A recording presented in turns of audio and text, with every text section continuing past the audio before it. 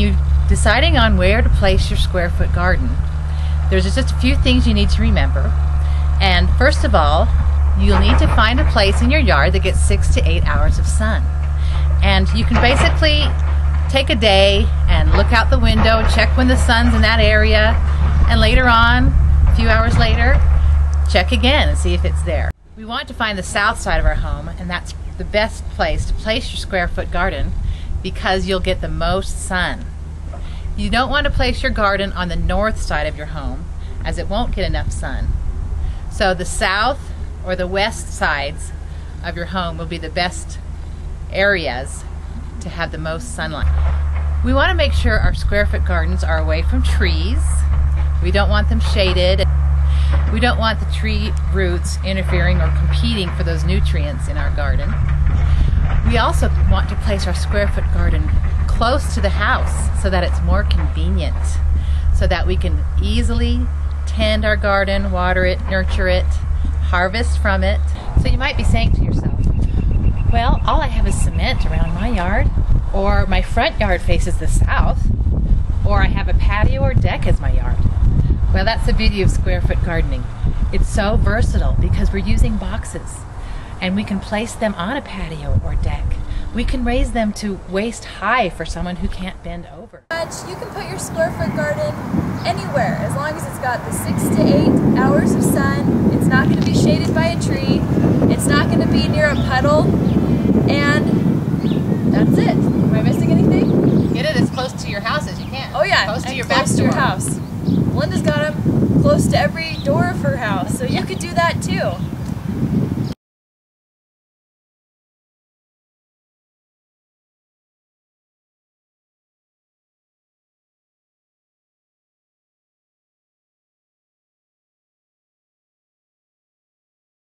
So now that you've figured out a good spot to put your garden, how do you know how to plan? How many boxes do you need? Okay, well, on the average for an adult, I recommend a 4x4 per adult. Okay. And that would pretty much feed an adult a salad every day of the season. Okay. If you want to do, canning and more vegetables, then of course you'd want more boxes.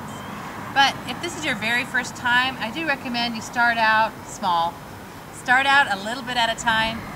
Get good at it, and you can always add a box or two later. Right, exactly. I have a family where it's 2 adults and 2 kids. So how would you count the kids into that mix? Would you say like 2 kids per 4x4 if they're young? Yeah, I probably would.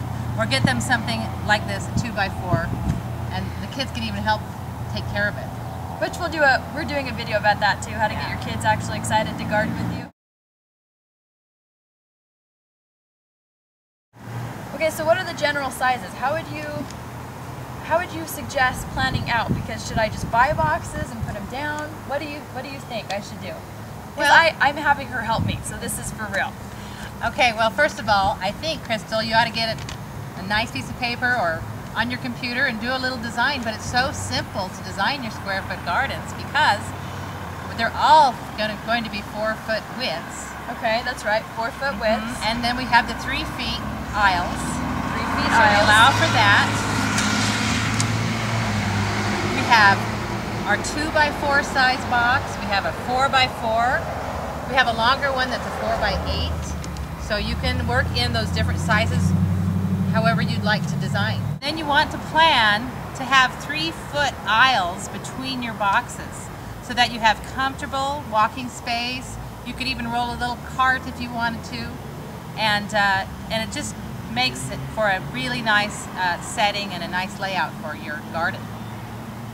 So you want to basically plan on it being square, because the boxes are going to be square, right? True.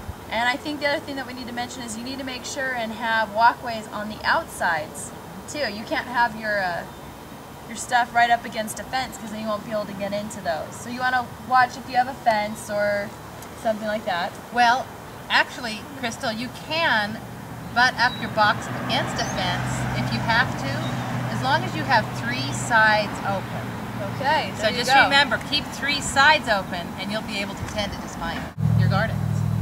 So it's kind of, what I'm hearing is, it's kind of like that saying, measure twice, cut once, but it's kind of the same idea. You don't want to start building or buying your boxes without having a plan of where you're actually going to put them and making sure that you have the right space, right? Exactly. Yes. Yes, you definitely want to make a plan for your garden first.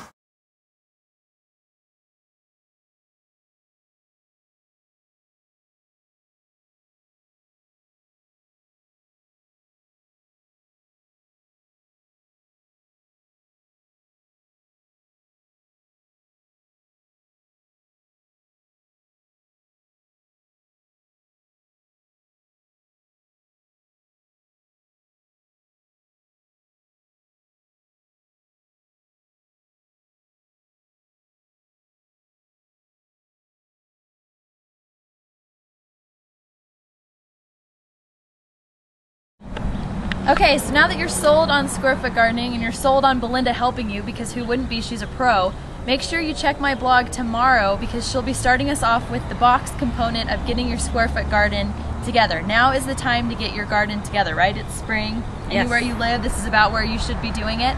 So make sure you check back www.everydayfoodstorage.net for more information on how to set up the box part, and then also subsequent videos on the soil, the grid, how to plant, how to compost, everything you need to be successful at gardening.